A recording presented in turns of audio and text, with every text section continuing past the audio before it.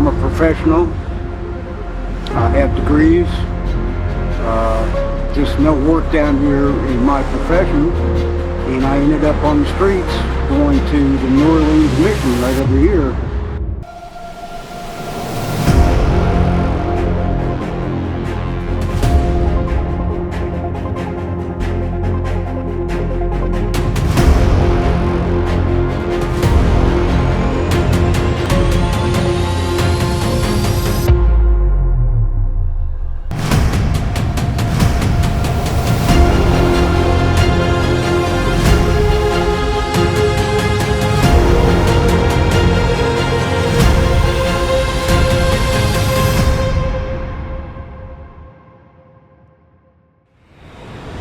You got a job and you're homeless.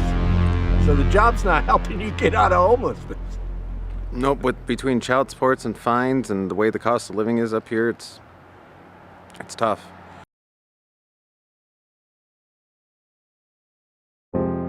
People still call America dazzling, a land of shining cities promising paychecks and endless horizons. Yet the moment the lights go out, you see the real limits. The limits of rent, of hourly wages, of a thin blanket in the trunk of a car. And honestly, if this is the American dream, why are so many people dreaming from the driver's seat? Yes, the richest country in the world, but still lacks a simple bed for working people.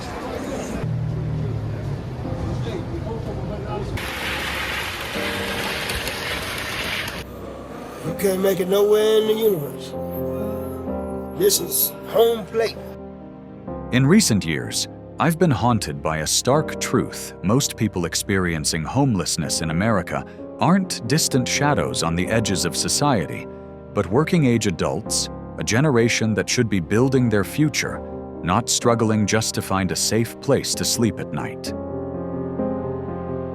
According to the latest HUD 2024 data, more than 771,000 Americans have fallen into homelessness, the highest number in decades.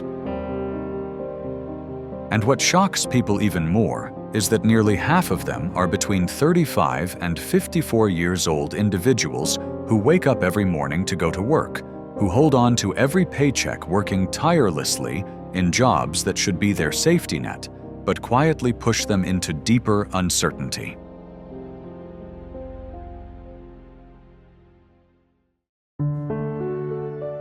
I'm a mechanic, so, I do have a job, but it's just slow, trying to get everything back together and get back on your feet again. So I can't help but ask, what happened to the promise that if you work hard, you'll have a stable home? And more deeply is the American dream, still the roadmap to safety that so many generations once believed in. And the bitterest part, every day we walk right past them without even realizing it. The person serving your morning coffee, the hotel housekeeper, the delivery driver. Those familiar faces may not have a real bed to sleep in tonight. As a sharply written piece in the Wall Street Journal pointed out earlier this spring, the American dream. It's fading, suffocated by rent that swallows up 70% of your paycheck before you even make it to the grocery store.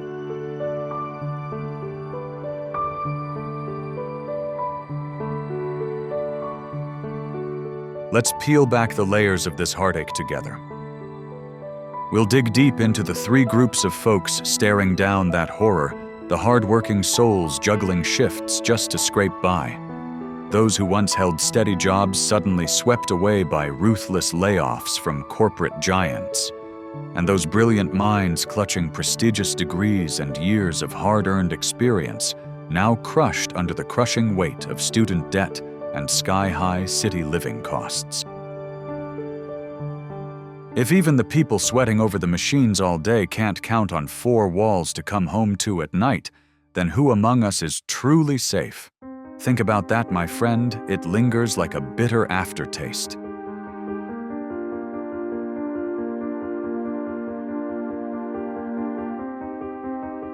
I went to Northwestern University, by the way. I worked my whole life on my feet.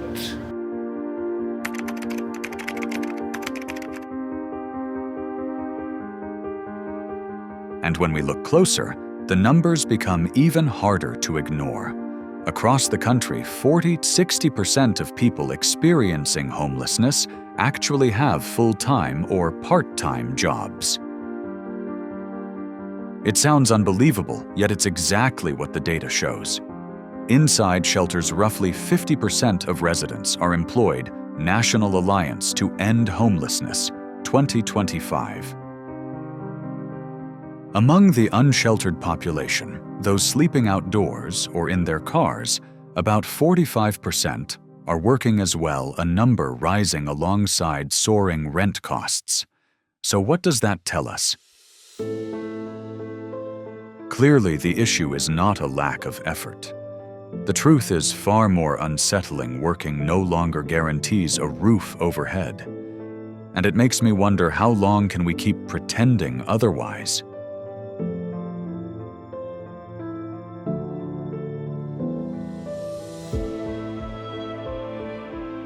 Meanwhile, the housing crisis continues to reshape the lives of millions.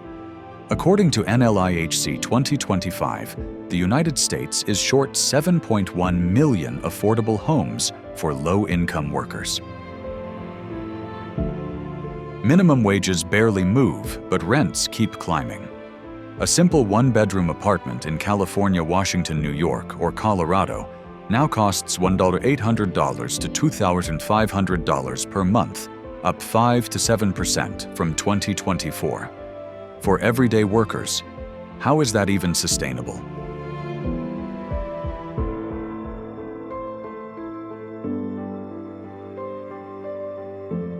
And I can't help but ask, why are people who do everything right, show up for work, pay taxes, try to stay afloat, still ending up on the streets?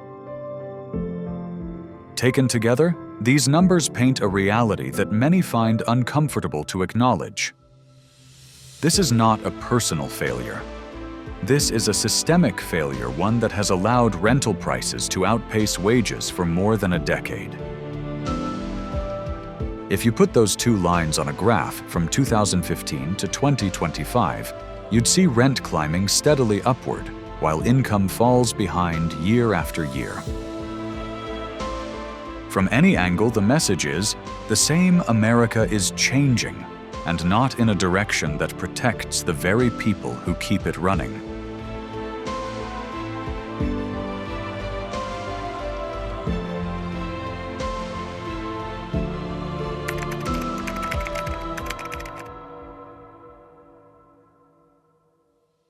They get up, go to work, and do everything this country says a responsible adult should do.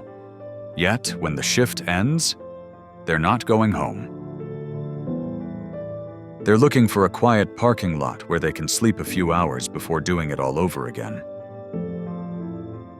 This is the reality of the homeless worker, a growing group of people who are homeless, but working, sometimes even homeless working full-time, but still unable to afford a roof.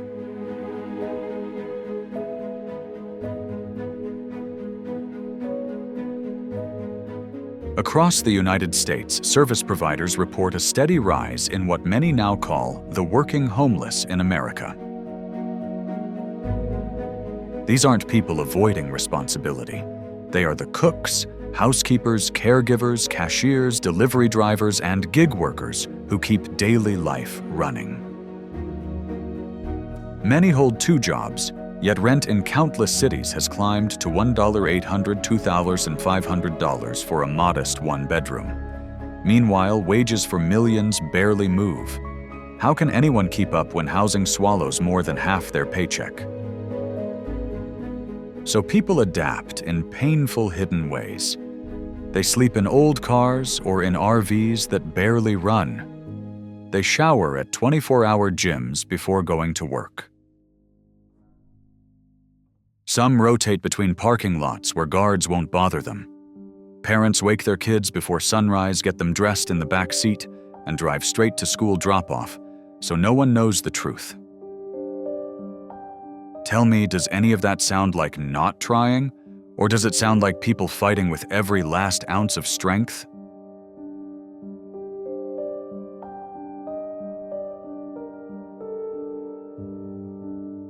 Still, society clings to an old narrative: if you're homeless, you must not want to work. But the data says the opposite. A significant share of adults experiencing homelessness report having jobs full-time, part-time, or gig shifts, and yet they remain priced out. This is the working poor in America, a group doing everything right, while the system keeps moving the finish line farther away. What troubles me most is their invisibility. You may walk past a row of cars at night without knowing how many hold someone who has to clock in at 7 a.m. tomorrow. And here's the question we can't avoid anymore. If full-time workers can't afford a place to live, then what does that say about the promise of stability in this country? It's a quiet crisis, but it's one touching more hardworking Americans every single day.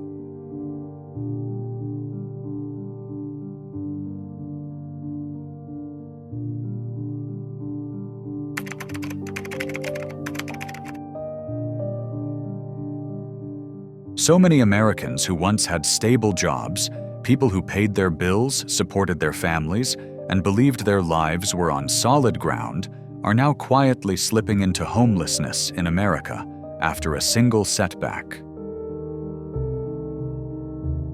I've talked to people like this over the years, and their stories stay with me. They weren't careless or irresponsible. They were working, planning, and doing everything society asked of them. And yet one sudden layoff or one medical emergency changed everything. How does someone go from a steady paycheck to sleeping in an old car in just a few months? Between 2022 and 2025, more than 350,000 workers lost their jobs during tech and corporate layoffs. In places like San Francisco, Seattle, Denver, and Austin, where rent has jumped 25–40% in only a few years, even a skilled worker can lose their housing after 60–90 days without income. When savings disappear, they start cutting back, selling what they can, and leaning on friends. But when the last dollar runs out, their vehicle becomes their only fallback, adding them to the growing population of homeless living in car communities. And there's something deeply human and heartbreaking about the shame many of them carry. I remember a software engineer in Colorado who earned over $110,000 a year. 5 months after being laid off, he was sleeping in his broken RV alongside dozens of others, using the same spot as a makeshift homeless RV shelter. He told me, "I never thought this could happen to me. Sadly, this pattern is no longer unusual." Across the country, you now see more people sleeping in RVs, parking lots, and small encampments, what some local papers describe as homeless in RV living. Nurses, teachers, office workers, one big medical bill, or a sudden evictions in America, notice can push them over the edge. And here's the part that stirs debate. These are often the same people who end up stuck in the cycle of why homeless can't get jobs. Not because they lack skill or motivation, but because losing housing erodes everything else: clean clothes, transportation, stability, confidence. When you meet someone who once earned a solid income, but now sleeps behind a steering wheel, you realize how thin the line truly is between stable and struggling.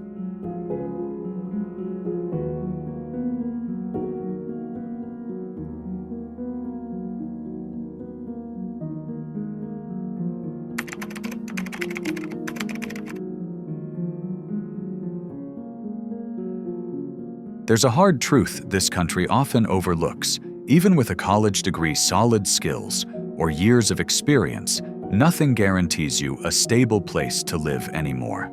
In 2024, the U.S. counted 771,480 people experiencing homelessness on a single night.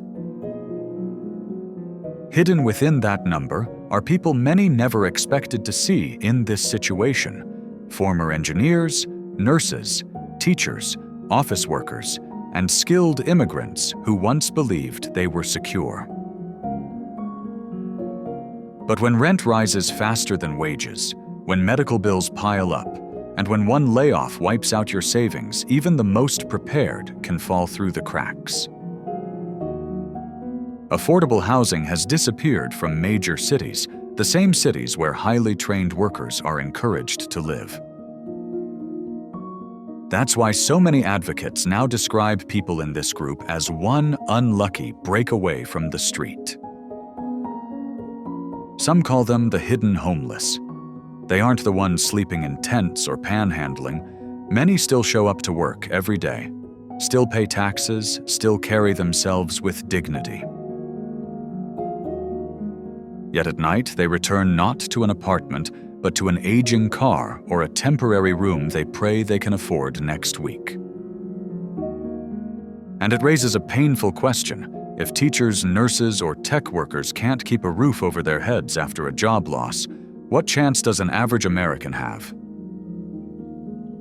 And if a system can discard educated, hardworking people so easily, then what does security even mean in today's America? Skilled immigrants face an even sharper edge. Losing a job can mean losing their visa. Without family nearby or savings to fall back on, they slip into temporary homelessness, often unnoticed, because they don't fit society's stereotype of who the homeless should look like.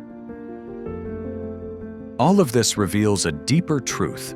Homelessness isn't simply about personal failure. It's about an economic reality that no longer protects the very people who keep communities running. And maybe the real question now is whether safe, stable housing should be treated not as a privilege, but as something every working person deserves.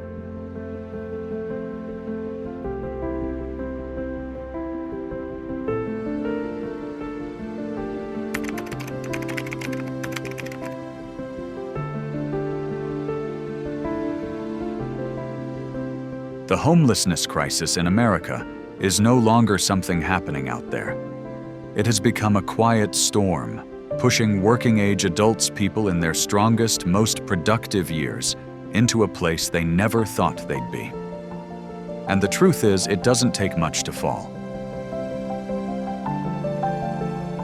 When I look at the numbers HUD released for 2024, more than 771,000 people without a stable place to live, the highest count in modern history, I can't help but wonder how many were just one setback away from losing their home. Because the deeper you look, the clearer it becomes. This crisis isn't just about personal choices. It's about a system that's left millions walking on thin ice. For starters, the cost of housing has surged far beyond what wages can keep up with. The National Low-Income Housing Coalition reported that the U.S. is short 7.3 million affordable rental homes for low-income workers, a gap that grows every year. In many cities, rent alone can eat up more than half of a full-time worker's income, even for someone earning above minimum wage. And then there's healthcare. One unexpected emergency room visit can wipe out savings that took years to build. So I have to ask, how is a person supposed to stay afloat when every basic need has become a luxury? And more importantly, why is maintaining a stable home now harder than ever for people who are doing everything right? But the trouble doesn't end there. Job insecurity plays a relentless role. Mass layoffs between 2022 and 2025 pushed more than 350,000 tech and corporate workers out of their jobs, and many of them struggled to find new ones quickly enough to keep up with rising rent. Add in student loan debt still carried by more than 43 million Americans, and it becomes painfully clear why so many slip into what advocates call a downward spiral. And once someone loses their home, everything else tends to follow. Sleep becomes unpredictable, health declines, work performance drops, and soon the same person who once had a stable routine is fighting just to get through each day. And here's what keeps me up at night. The social cost is far bigger than the headlines suggest. When working-age adults fall into homelessness, entire communities lose productivity, stability, and trust. Older Americans tell me all the time that this country feels different now, colder, faster, less forgiving. They're not wrong. A whole generation of workers is slipping through the cracks, not because they lack effort, but because the safety nets meant to catch them have frayed. And as these men and women disappear from the workforce, the nation quietly loses teachers, caregivers, tradespeople, and essential workers. This isn't just a housing failure, it's a generational fracture, one we will feel for decades if nothing changes.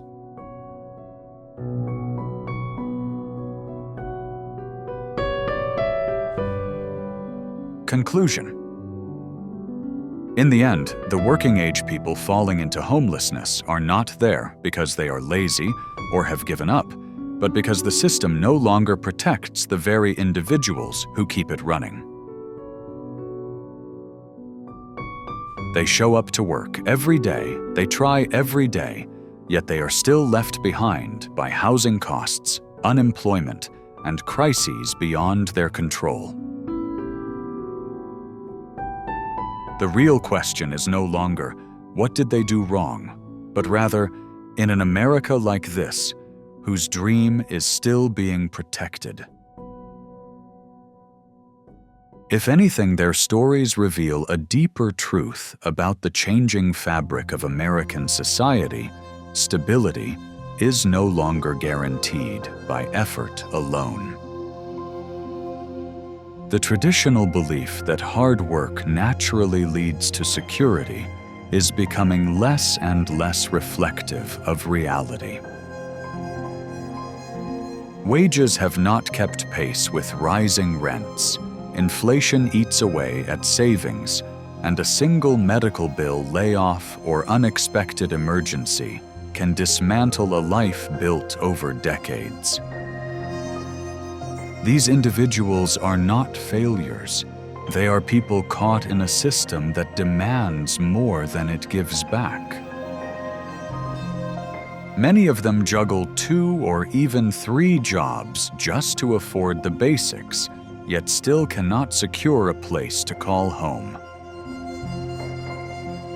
Others are pushed into homelessness after a sudden rent spike, or a landlord selling the building they've lived in for years. And even once they lose housing, climbing back out becomes a steep, almost impossible hill. Application fees, increase credit checks, penalize them, and shelters are overcrowded or unsafe. They aren't lacking motivation, they're lacking options. So instead of asking why they didn't try harder, perhaps we should ask why a nation as wealthy as the United States allows full-time workers to live in cars, motels, or on the streets. Maybe the more honest question is, who benefits from a system where so many people work tirelessly, yet remain precariously close to losing everything? Until we confront these truths, the American dream will continue to shrink available only to those who can afford it, while everyone else is left fighting simply to stay afloat.